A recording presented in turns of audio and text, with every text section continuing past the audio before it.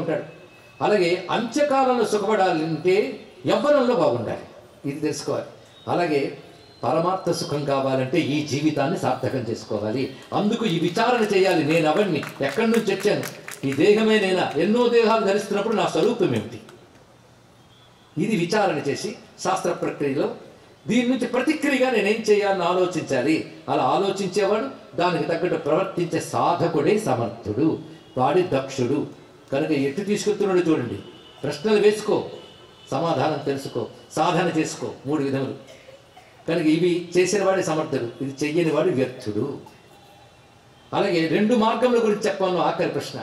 2 మార్గములు, అర్చి మార్గము, ధూమ మార్గము. శుక్లకృష్ణే గతిలోకి, మళ్ళీ భగవద్గీతలో ఇప్పుడు చెప్పిన 12 కూడా ఎసెన్స్ ఆఫ్ సనాతన ధర్మ అండి.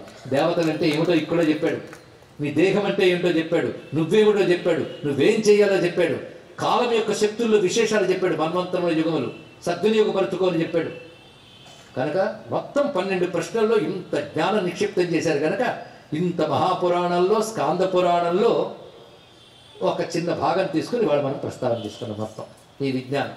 దీనికి నాందిగా ఇవాళ దేవతా విజ్ఞానం ఎందుకు చెప్పుకున్నామో తెలిసింది కదా. మన దేవతా విజ్ఞానం కూడా చెప్పబడుతుంది. అందులో అర్చి మార్గ, ధూమ మార్గం ఏమిటంటే సకామంగా చేసే యజ్ఞయాగాది క్రతువులు ధూమ మార్గంలోకి తీసుకెళ్తాయి. ధూమ మార్గంలో వెళ్ళేవాళ్ళు ఆ పుణ్యానికి తగ్గ ఫలాలు అనుభవించి మళ్ళీ వెనక్కి వస్తారు. ధూమ మార్గంలో వెళ్ళేవాళ్ళు అది నిష్కామంగా భగవదర్పణ బుద్ధితో ఎవరైతే చేస్తారో అటువంటి వాళ్ళు అర్చి మార్గంలో వెళ్తారు. అర్చి మార్గము అంటే కాంతి మార్గం. అర్చి మార్గం ఎలా ఉంటుంది అంటే శుక్లపక్షము, పగలు, సూర్యుడు, ఉత్తరాయణము, ఇవి అర్చి మార్గం అని చెప్పబడతాయి. ధూమ మార్గం అంటే దక్షిణాయనము, రాత్రి, కృష్ణపక్షము, ఇవి ధూమ మార్గం అని చెప్తారు. అంటే ఆ కృష్ణపక్షంలో పోయేవాడు ధూమ మార్గం కాదు, అభిమాన దేవతని అర్థం ఇక్కడ. ఇది తెలుసుకుంటే చాలు. కనుకనే ఇవి అర్చి ధూమ్ర మార్గములు 2 ఉన్నాయి. శుక్ల కృష్ణ మార్గములు అంటారు ఇక్కడ. ఇవే మన గతులు నిర్ణయిస్తాయి. సకామంగా చేశారా ధూమ మార్గం, నిష్కామంగా చేశారా అర్చి మార్గం. ఇది ధూమ మార్గానికి వెళ్ళిన వాడు మళ్ళీ కిందకి వస్తాడు, అర్చి మార్గంలో వెళ్ళి మరి వెనక్కి రాడు, క్రమముక్తిని పొందుతాడు. క్రమముక్తి. నిష్కాముడి సత్కర్మల వల్ల చిత్తశుద్ధి పొంది వివేక వైరాగ్యాలతో బ్రహ్మజ్ఞానం పొందినవాడు జీవన్ముక్తి ఇక్కడే పొందవచ్చు. కనుక 3 మార్గములు, ధూమ మార్గం, అర్చి మార్గం. ఒకటి అర్చి మార్గం ఉపాసన మార్గం, ధూమ మార్గం సకామ కర్మ మార్గం. ఉపాసన కూడా సకామంగా చేస్తే ధూమ మార్గమే, ఇది తెలుసుకోండి ఇక్కడ. కానీ అర్చి మార్గం, ధూమ మార్గం 2 మార్గములు. ఇవి గతులు. మరి పాపాలు చేసేవాళ్ళు వాడు మార్గమే లేదు పో అన్నాడు, వీడిని గతి లేనివాడు అంటారు ఇక్కడ. వాళ్ళను పాఖండులు అంటారు. పాఖండులు అంటే ధర్మమును వ్యతిరేకించేవారు, ధర్మాచారాన్ని విడిచిపెట్టిన వారు, అంటే శాస్త్రచోదితమైనటువంటి కర్మల్ని మానివేసిన వారు పాఖండులు, వేదభాషులు. ఈ పాఖండులు పతనమే ఉంటుంది తప్ప వాడికి మార్గములు లేవు అని చెప్పారు ఇక్కడ. ఇది గమనించవలసింది. దీన్ని వేదమనందు వీథులు అని చెప్పారు. వీథులు, పథీనాం పతయే నమః అని మంత్రం ఉంది. ఇవన్నీ వీధులు అంటే ఆ ధూమ్ర మార్గములు, అర్చి మార్గము. వీటికి జార్గవి వీధి, ఐరావత వీధి, వైశ్వానర వీధి అని పేర్లు. ఆ వీధుల్లో ఎన్నెన్ని నక్షత్రకాంతులు, ఎంతెంత విశ్వం ఉంటుందో ఒక పిక్చర్ ఉంది. పురాణం ఎంత చెప్తుంది ఇక్కడ. ఐరావత వీధి అర్చి మార్గం, జార్గవి వీధి ధూమ మార్గం, మధ్యలో ఉంటుంది వైశ్వానర వీధి. ఇవి ఉత్కృష్ట మార్గములు. ఈ మార్గములు ఏర్పరిచి జీవుల్ని ఆ దారుల్లో నడిపిస్తున్న వాడెవడో వాడిని పతీనాం పతయే నమః నమస్కారం చేసుకుంటున్న రుద్రుల్లో. ఈ దారుల్లో వెళ్ళాలండి. అయితే ఏమీ చేత కాకపోతే భక్తితో ఆశ్రయించేవనుకో అనుగ్రహించి నీ బుద్ధిని ప్రేరేపించి సన్మార్గంలో నడుపుతాడు పరమాత్మ. మొత్తం 12 ప్రశ్నకి పిల్లవాడు సమాధానం చెప్పగానే మురిసిపోయాడు ఆయన. ఇలాంటి వాళ్ళు ఉన్న గ్రామం కలాప గ్రామం. ఇలాంటి వాళ్ళని నేను అక్కడ భూమి ఒకటి తీసుకున్నాను, అక్కడికి తీసుకెళ్దాం అనుకుంటున్నాను కొందరు. వీళ్ళు వెళ్తారా? నువ్వు చెప్పావు అక్కడికి రమ్మని, కానీ అక్కడ దొంగలు ఉన్నారే అన్నాడు. అక్కడ నీకు ఎలా తెలిసి ఇక్కడ ఉన్నట్టే దొంగలు అక్కడ ఉన్నారే నాకు తెలుసు అక్కడ. ఎవరా దొంగలు అంటే అక్కడ దొంగలు ఏం చేస్తారంటే వాళ్ళు స్పర్శేషు షోడశంచైక వింశం గృహాతి నోధనం. స్పర్శల్లో 16వ దాన్ని 21వ దాన్ని దొంగిలిస్తారు వాళ్ళు అన్నాడు. విన్నారా? స్పర్శలలో 16వ దాన్ని 21వ దాన్ని దొంగిలిస్తారు. స్పర్శ అంటే కాచాట ఇవన్నీ స్పర్శలు అవుతాయి. అవి తగలకుండా చెప్పలేరు మీరు. స్పర్శల్లో కాదయో మావసాన స్పర్శాహ, కా నుంచి మా వరకు అక్షరాలు స్పర్శలు అంటారు. ఈ స్పర్శల్లో 16, 20 కూడా తీసేస్తారట. అని మీరు కా నుంచి లెక్క కొడితే 16వది త, 21ది ప, తపహ, తపోధనాన్ని వాళ్ళు పోగొడతారు అన్నాడు కూడా. ఇంతకాలం చేసే తపస్సు దొంగిలించేస్తారు. 6 అక్కడ ఉంటారు. 6 ఎవరంటే కామక్రోధ లోభమోహ మదమాత్సర్యములు. కనుక ఇప్పుడు అంతర్ముఖులమై ఉన్న మేము బహిర్ముఖుల మీద పుచ్చుకున్నామంటే బహిర్ముఖత్వంలో 6 ఉడిచి కొడతారు. అందుకు వద్దునైనా అన్నారు ఇక్కడ. అంత విశేషం చూడండి. ఇక్కడ ఆ 6 చేత తపస్సు నశిస్తుంది. తపస్సు కాపాడుకుంటేనే ఇన్నుంటాయి.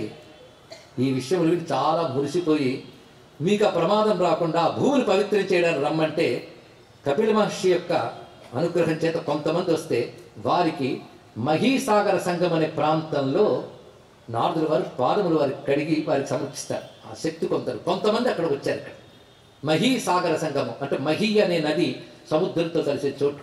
ఇది ఒక విశేషమైన అంశం. ఇలాగ దానవ గురించి చెప్తూ ఇంత గొప్ప కథ స్కంద పురాణం మనకు అందిస్తుందండి. ఈ కథ ఎందుకు ఎంచుకున్నామో తెలుస్తుంది. ఇన్నాళ్ళు చెప్పిన కథలన్నీ ఒక ఎత్తు, ఈ ఒక్కరోజు చెప్పినటువంటి 12 ప్రశ్నల సమాధానంలో మొత్తం ఉంది.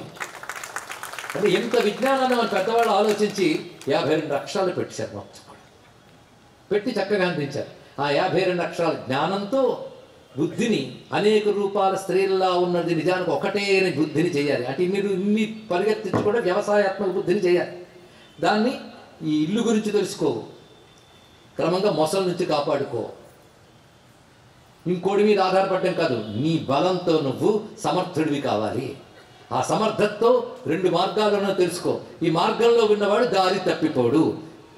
ఇటు ధూమ మార్గమైనా అర్చ మార్గమైనా మంచిదే, కానీ గొప్పదేదో దాన్ని ప్రయత్నించు. లేదా ఇవాళ ధూమ మార్గంలో వెళ్తే ఎప్పటికైనా మన అర్చ మార్గాన్ని పెడతాం. ఇలా మొత్తం వైదిక విజ్ఞానాన్ని పురాణం ఎంత చక్కని కథలతో చెప్పింది. ఇవి వింటే ఇలాంటి ప్రశ్నలతో, ఇలాంటి సమాధానాలతో, సంకేతాలతో, ప్రతీకలతో పురాణం ఎంత జ్ఞానాన్ని ఇచ్చిందని. చాలామంది విమర్శించే వాళ్ళు పైన వినే తప్ప క్షుణ్ణంగా చదివిన వారు ఎవరు ఉండట్లేదు. ఒక్కటే ప్రార్థన, దేని గురించి అని మాట్లాడేటప్పుడు చదివి మాట్లాడండి. సనాతన ధర్మంలో అదే ప్రార్థన. అందరూ అన్నింటిలో మాస్టర్స్ కాదండి. ఒకడు ఉపనిషత్తు చదివారంటే ఉపనిషత్తులో మాస్టర్. అది ఉపనిషత్తు గురించే మాట్లాడమండి. పురాణాన్ని కించపరచచ్చు. ఇది గమనించవలసింది. అలాగే జ్యోతిష్ శాస్త్రం తెలియనప్పుడు నమస్కారం చేయాలి. ఇప్పుడు నన్ను ఎవరు జ్యోతిష్ శాస్త్రం ప్రశ్న అడిగారండి, నాకు తెలియదు అన్నంత మాత్రం అది అవమానం ఏం కాదు. జ్యోతిష్ శాస్త్రం అవమానపరచనక్కర్లేదు, అన్నీ అందరికీ తెలియక్కర్లే. కానీ మన సంప్రదాయంలో ఋషులిచ్చిన విజ్ఞానం ప్రతిదీ ఉపయుక్తమే.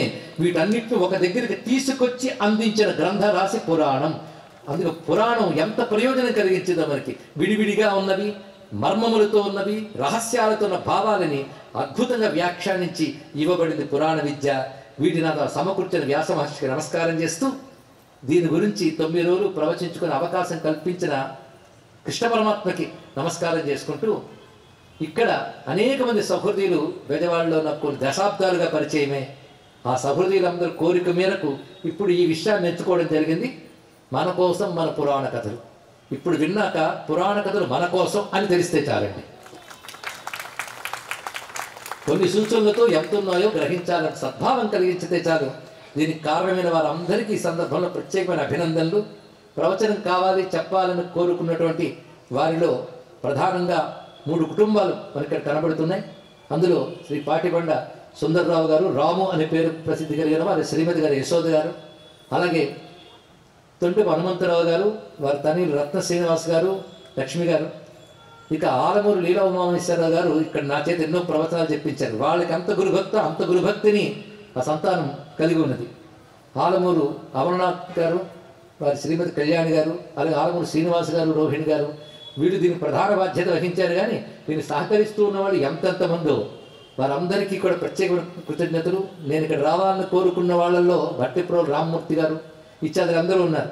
అలాగే కనకదుర్గ దేవాలయానికి చెందిన కార్యనిర్వహణాధికారి, వారు నాకు శ్రీశైలంలో పరిచయం.